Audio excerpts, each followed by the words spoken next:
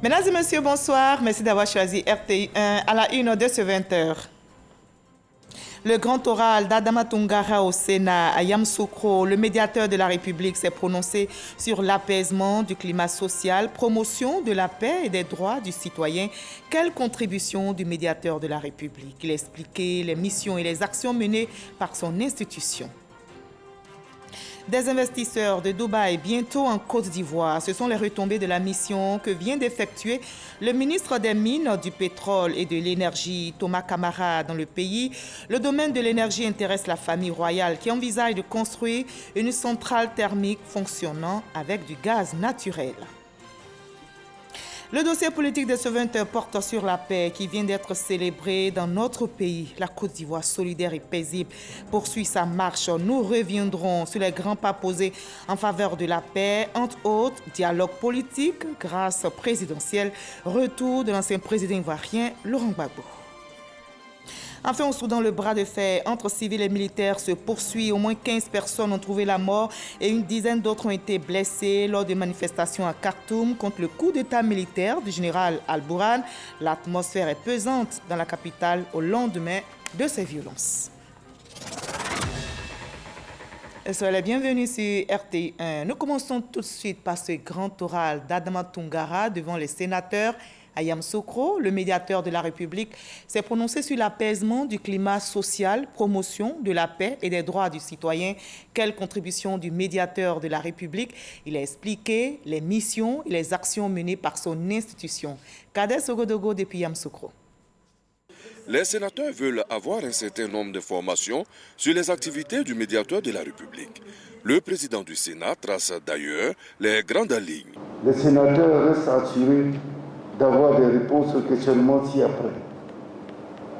Quels sont les conflits communautaires dans lesquels est intervenu le médiateur de la République ces dernières années? Quelles ont été les actions du médiateur de la République lors des incidents survenus pendant la période électorale de 2020? Comment le médiateur de la République peut-il garantir les droits des citoyens, surtout en période de crise? Que propose de manière concrète le médiateur de la République en vue d'une vraie réconciliation des Ivoiriens? Comme le stipule la Constitution de la Troisième République, en son article 165, le médiateur de la République, autorité administrative indépendante, ne reçoit d'instruction d'aucune autorité et est l'intercesseur gracieux entre l'administration et les administrés.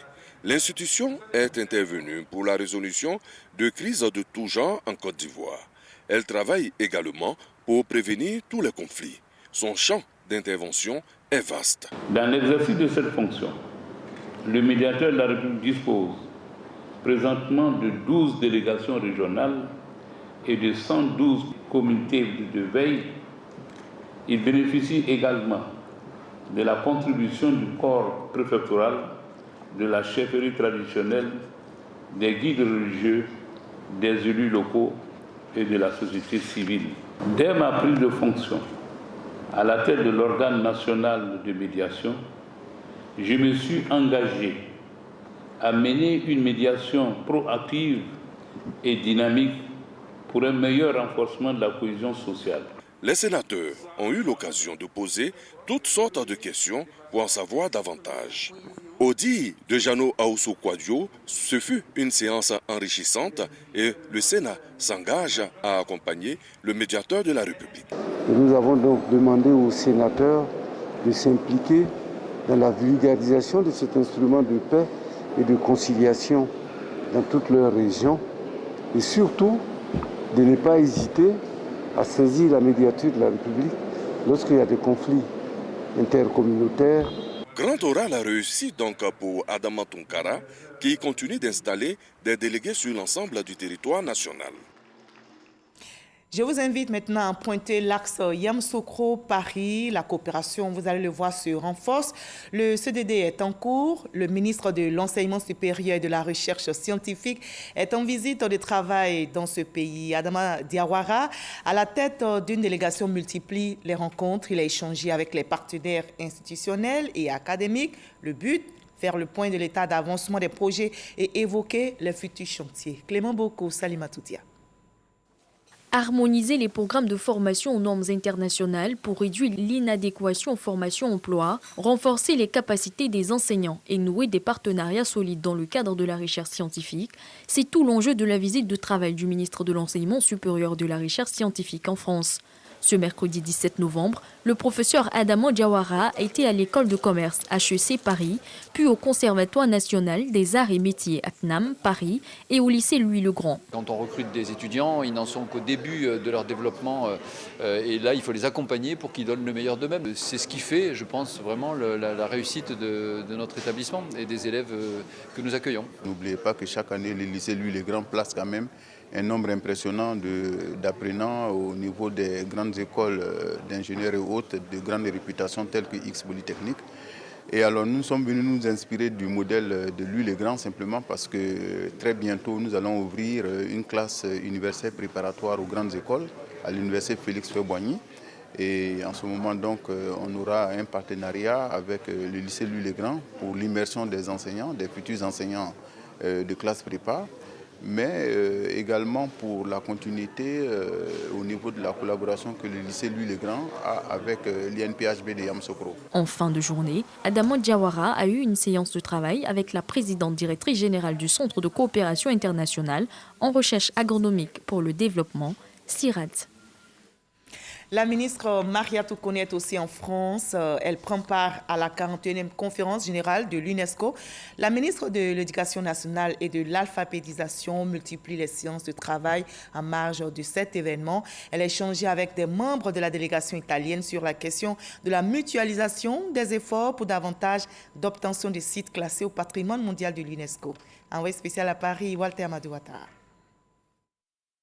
Siège de la délégation permanente de la Côte d'Ivoire près de l'UNESCO, située dans la rue Miolis, dans le 15e arrondissement de Paris, Bakayoko Liramata, toute nouvelle responsable des lieux, reçoit la ministre de l'Éducation nationale et de l'alphabétisation, le professeur Maria Toukone, en mission en France dans le cadre de sa participation à la 41e session de la conférence générale de l'UNESCO, trouve un laps de temps afin d'échanger avec sa compatriote sur les programmes de cette délégation permanente.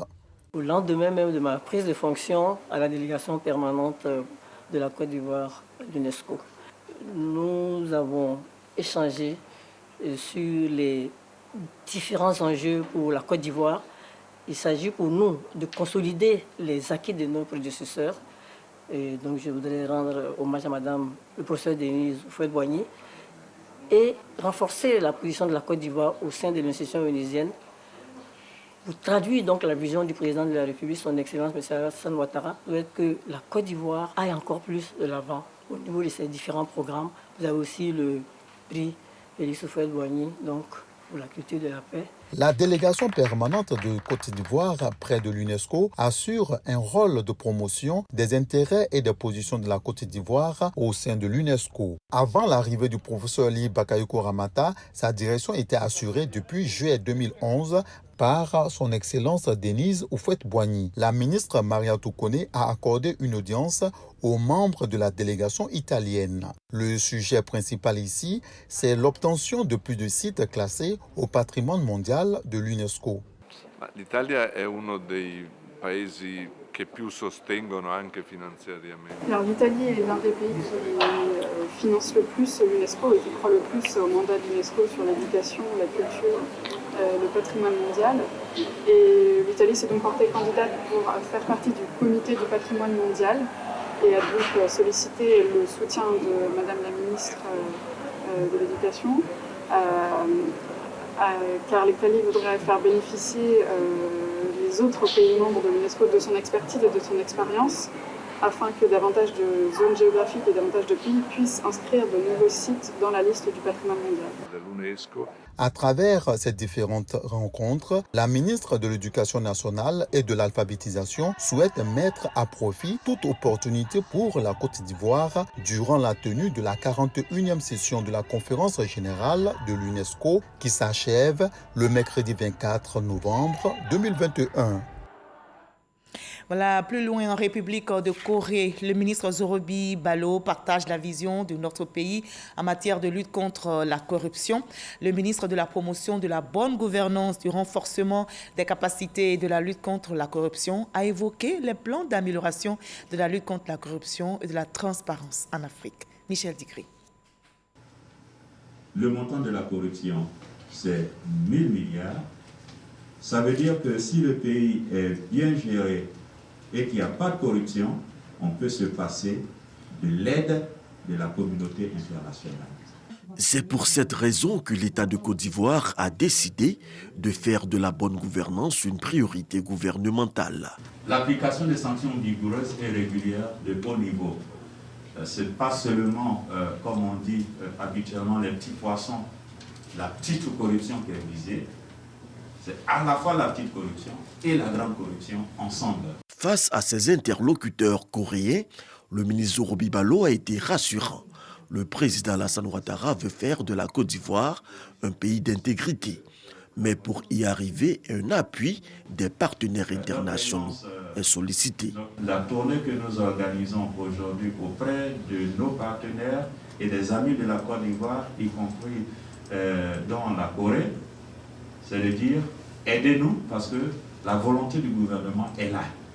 Certains pays africains ont réussi, nous aussi nous pouvons y arriver, mais on ne peut pas y arriver tout seul. La question de la lutte contre la corruption est aujourd'hui un élément de politique internationale de tous les États. Pour promouvoir la bonne gouvernance, des axes d'intervention ont été définis. Il s'agit entre autres d'insuffler la culture de l'intégrité et de renforcer les acteurs impliqués dans la lutte contre la corruption. Des investisseurs de Dubaï s'intéressent à la destination Côte d'Ivoire et ce sont les retombées de la mission que vient d'effectuer le ministre des Mines, du Pétrole et de l'Énergie, Thomas Camara, dans ce pays. La famille royale envisage, bonne nouvelle, d'investir dans le domaine de l'énergie. Le prince héritier évoque la construction d'une centrale thermique fonctionnant avec du gaz naturel. Jean-Luc Bambo. C'est une audience qui vaut son pesant d'or.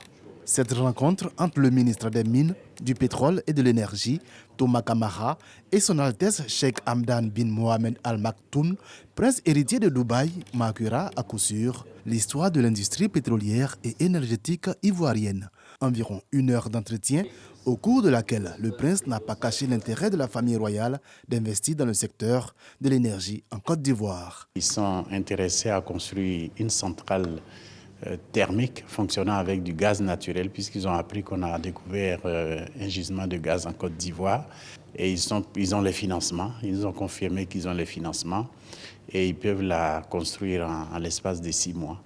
Une bonne opportunité pour la Côte d'Ivoire qui pourrait compter au nombre de ses partenaires, cette puissance du Golfe déjà présente au Ghana voisin. Ils regrettent fort de ne pas être encore en Côte d'Ivoire et ils veulent utiliser cette opportunité de commencer par l'énergie en Côte d'Ivoire et de poursuivre avec d'autres secteurs d'activité. Il prévoit envoyer une délégation à Abidjan au mois de décembre, en début décembre. Et donc nous les attendons pour discuter concrètement du projet à mettre en place, la centrale thermique, où elle sera située, quelle sera donc sa taille, sa capacité. Notons que cette audience s'est déroulée en marge de l'Africa Oil Week, semaine africaine du pétrole, qui s'est tenue du 8 au 11 novembre dernier à Dubaï.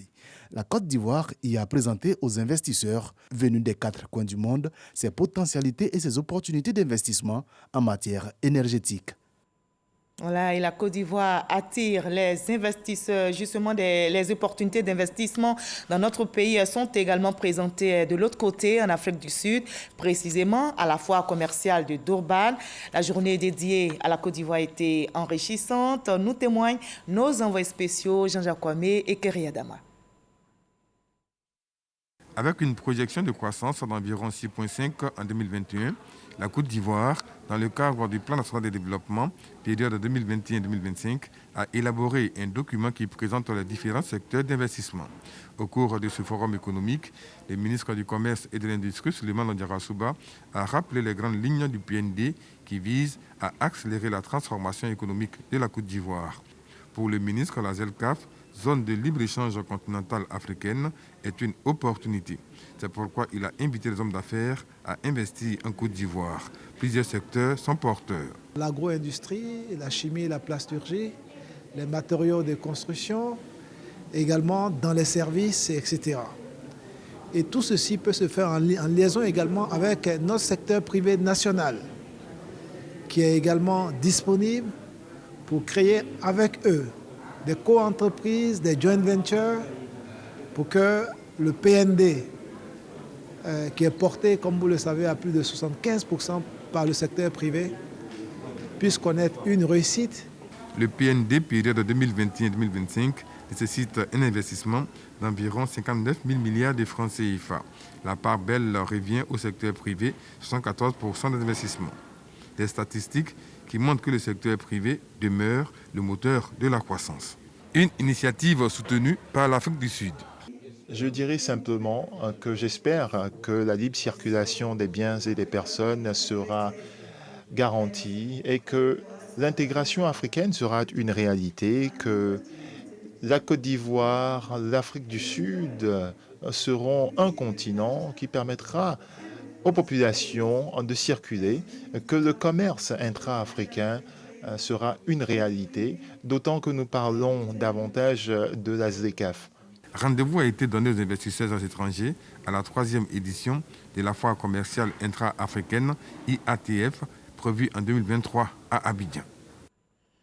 Et c'est une très bonne nouvelle. Justement, en marge de cette foire commerciale intra-africaine, un dîner gala a été offert par le gouvernement ivoirien en Afrique du Sud. Le ministre du Commerce et de l'Industrie, Souleymane Darasoba, que vous voyez sur ces images, a exprimé sa reconnaissance à la Banque africaine d'import-export, Afreximbank, UA et la ZLECAf, zone de libre-échange continentale africaine, pour le choix de la Côte d'Ivoire. La Côte d'Ivoire est le pays hôte donc de la 3e édition et notre pays attend notamment des hommes d'affaires, des industriels et des acteurs du secteur commercial africain. On en arrive à notre dossier politique de ce 20h. On s'intéresse ce soir à la paix, ce trésor inestimable qui vient d'être célébré dans notre pays. La Côte d'Ivoire solidaire et paisible poursuit sa marche. Nous reviendrons donc sur les grands pas posés en faveur de la paix, entre autres dialogue politique, grâce présidentielle, retour de l'ancien président ivoirien Laurent Gbagbo. Autant d'actions qui illustrent très bien le programme de paix en cours dans notre très beau pays. Le dossier politique de ce 20h est signé Alexis Ouedraogo.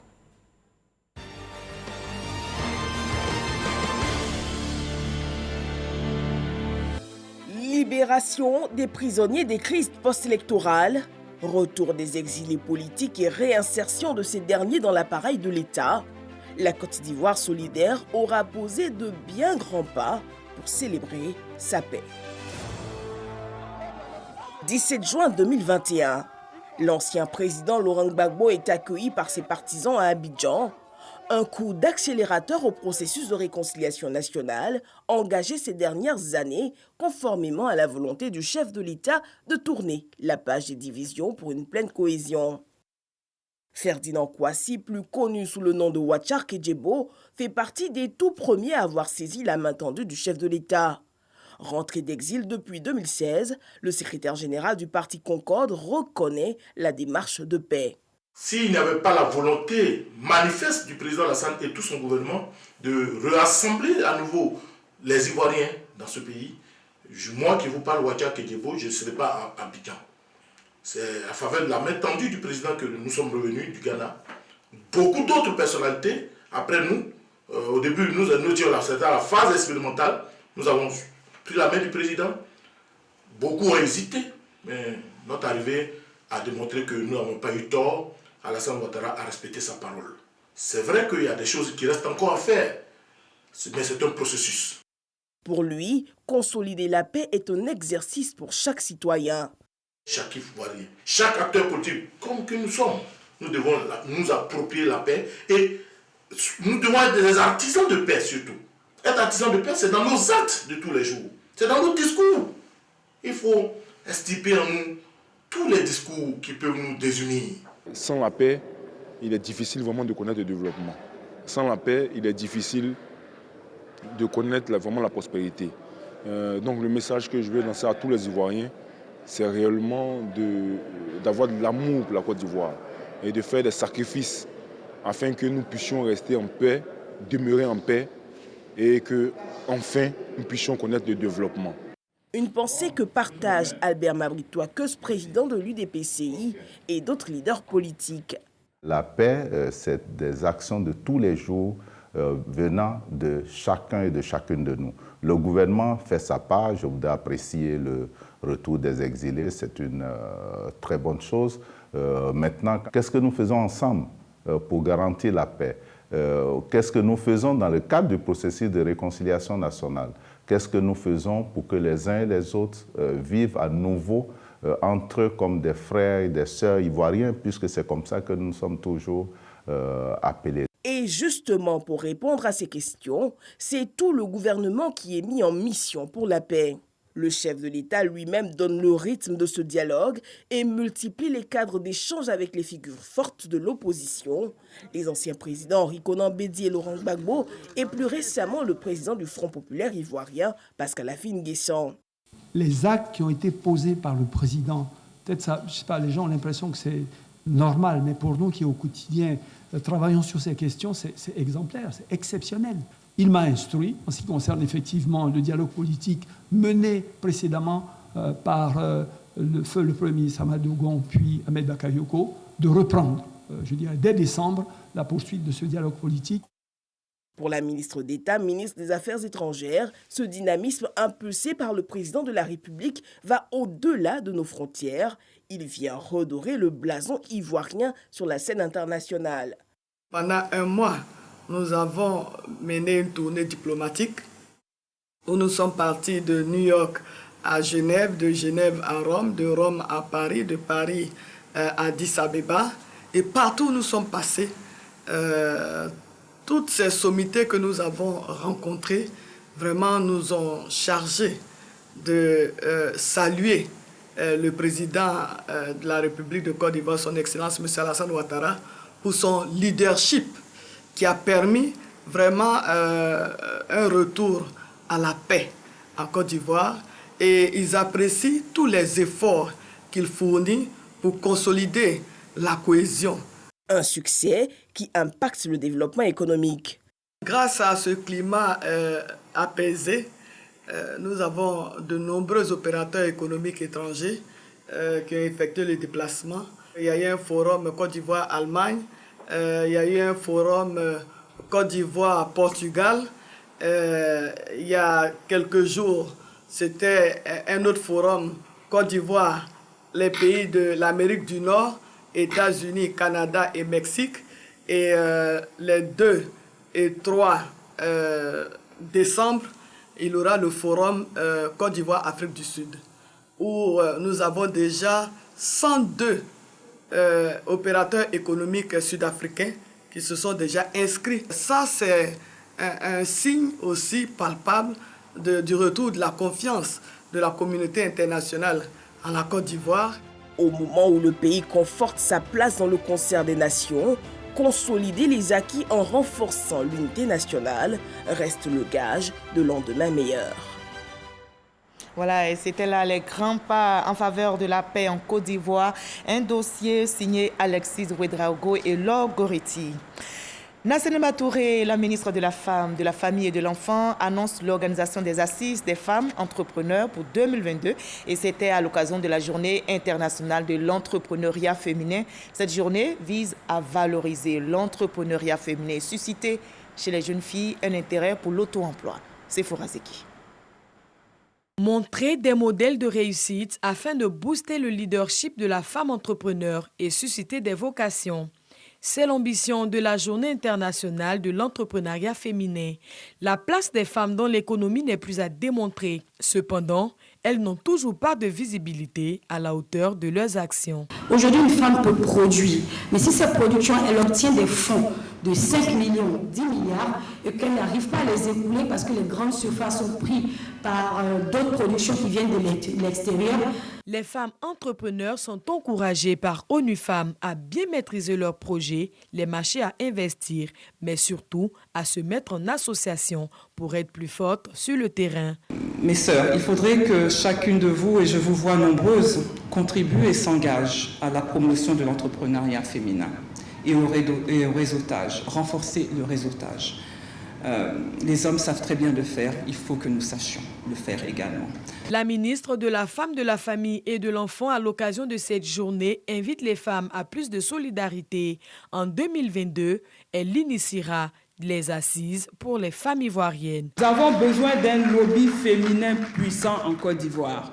Et il va falloir la volonté de chacune d'entre vous. Nous allons commencer en 2022 des rencontres mensuelles pour mener la réflexion pendant 10 mois jusqu'en juin 2022.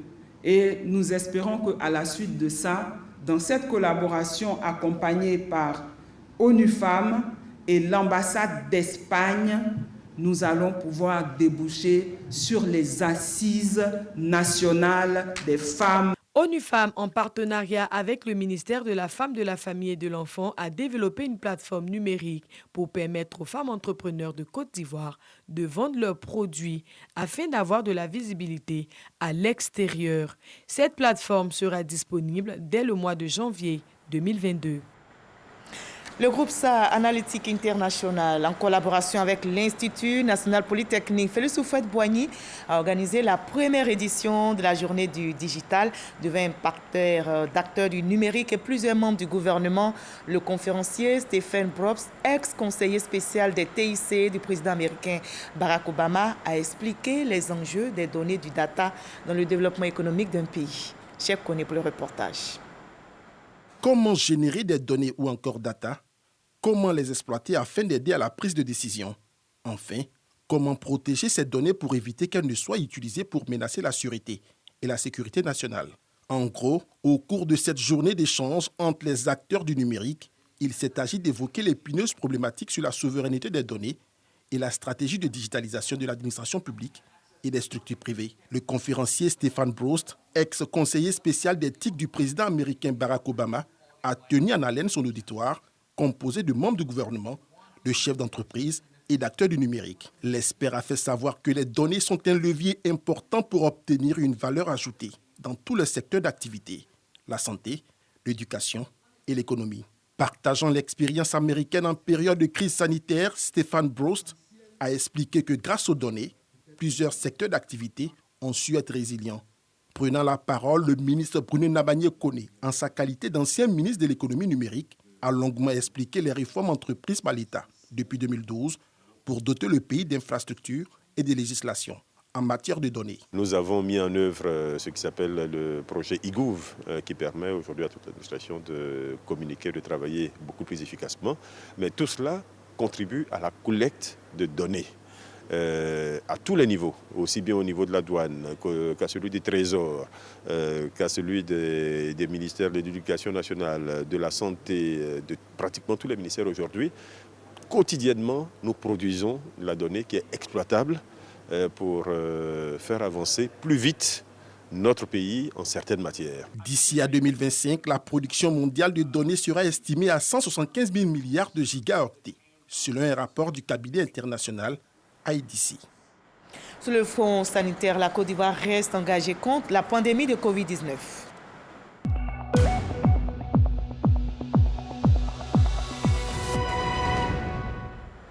On vaincra sûrement ce virus, mais on reste vigilant face à la progression de la pandémie. Les chiffres nous interpellent. Ce jeudi 18 novembre, on dénombre dans notre pays 17 cas positifs sur 2214 échantillons prélevés, soit 0,8% de cas positifs, 24 nouvelles guérisons et 0 décès, 352 cas actifs, plus de 4 millions de personnes vaccinées. Faisons-nous tous vacciner et préservons notre santé, celle des autres. L'élection, instrument de renforcement de la paix sociale. La commission électorale indépendante entame bientôt une tournée nationale pour expliquer aux populations l'intérêt de ce thème. La CEI veut miser sur la proximité pour mieux se faire connaître, éclairer les populations sur son rôle, son fonctionnement et surtout leur faire comprendre l'enjeu du jeu électoral, nous explique Sidonie Davila. La CEI envisage de se déployer sur l'étendue du territoire pour une vaste campagne de sensibilisation.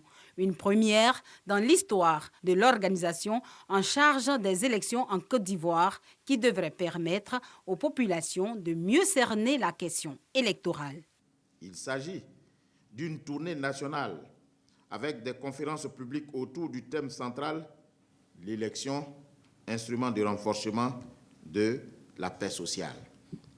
Ces conférences éclatées, ouvertes à toutes les composantes de la population, se tiendront entre le 23 novembre et le 2 décembre 2021 dans 9 villes du pays. Elles seront prononcées par différents commissaires centraux dans les universités publiques, dans les grandes écoles et les écoles de formation des forces de défense et de sécurité. Les partis politiques qui ont vocation à conquérir le pouvoir d'État par le biais de l'élection sont partie prenante à notre campagne. Les responsables de la CEI, conscients du rôle important d'une élection dans la cohésion sociale et la paix dans le pays, veulent travailler à une solution pacifique avant, pendant et après les élections. D'une part, l'élection ne peut aboutir à la paix sociale que si les acteurs intervenants dans le processus électoral s'approprient la matière électorale et acceptent les règles juridiques qui l'encadrent. Et d'autre part, l'élection sera au service de la paix si l'organe en charge des élections offre à tous les acteurs politiques ou non la garantie que les résultats des élections par lui organisées seront le reflet exact de la volonté exprimée par les citoyens à travers le bulletin de vote. Avec les élections locales, que sont les municipales et les régionales prévues pour 2022, la commission électorale indépendante se prépare déjà à la révision de la liste électorale. Pourquoi la révision en 2022? C'est parce que la loi l'a prévu. C'est vrai que la loi a prévu la révision de façon annuelle. Mais vous savez, ce n'est pas parce que la loi l'a dit que nous n'allons pas apprécier la faisabilité des dispositions légales sur le terrain. Nous avons constaté qu'au sortir des élections, immédiatement quand nous organisons la révision de la liste électorale, c'est beaucoup d'argent pour peu de résultats. Donc, nous nous organisons le temps que l'élection soit un peu éloignée, les passions se sont tues, pour réorganiser la société, pour permettre à celle-ci de venir se faire identifier sur la liste électorale.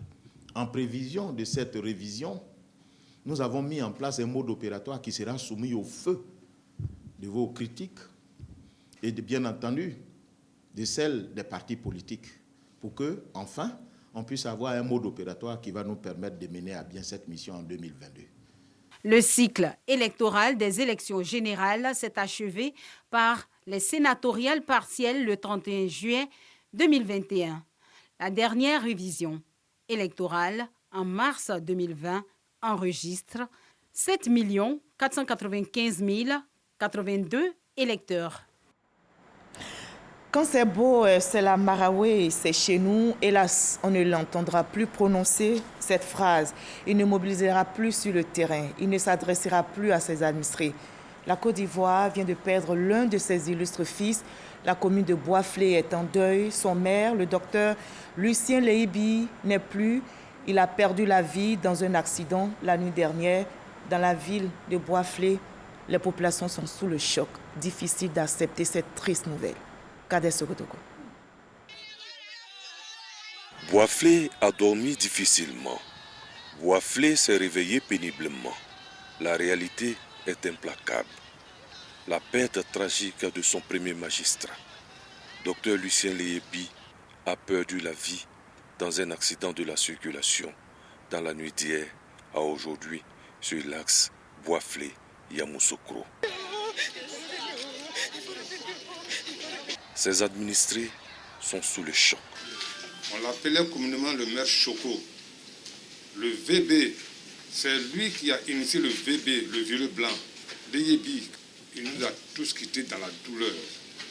Élu et cadre de Boisflé, accepte difficilement cette perte d'un de leurs. Nous venons pas plus tard que l'année dernière d'obtenir le trophée de la ville la plus propre de l'intérieur du pays. Nous finissons même pas de savourer ce trophée et Dieu en a décidé autrement. Nous ne pouvons rien contre la volonté de Dieu. Je demande à la population de la Maraoué et toute la population de la Côte d'Ivoire de prier. Lucien Léhébi était médecin. Odiene, Didier Vi, Yamoussoukro et Zionoula, son dernier poste, il avait le cœur à l'ouvrage. Directeur départemental de la santé de Zionoula, maire de Boisflé, il résidait à Yamoussoukro où il se rendait lorsqu'il a croisé la mort. On se souviendra encore longtemps de son discours républicain frappé du sceau de l'optimisme d'un jeune cadre apte à servir la population. C'était lors de la visite d'État du président de la République Alassane Ouattara dans la Maraoué, à l'étape de Boisflé. Il était également attaché au violet blanc qu'il a ancré dans le quotidien de Boisflé. Le Zaouli, il en était un passionné. Ces derniers pas datent du dimanche 14 novembre 2021, en présence de la ministre Nassene Batouré à la préfecture de Boisflé. Adieu, Lucien Léhébi. Adieu, docteur. Adieu, monsieur le maire.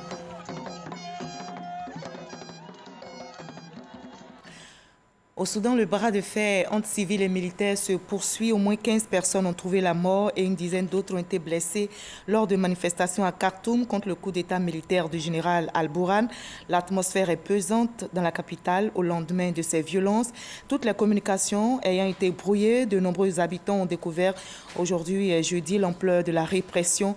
La police a été déployée en grand nombre pour empêcher de nouvelles manifestations. Fin de ce journal. Merci de nous avoir suivis.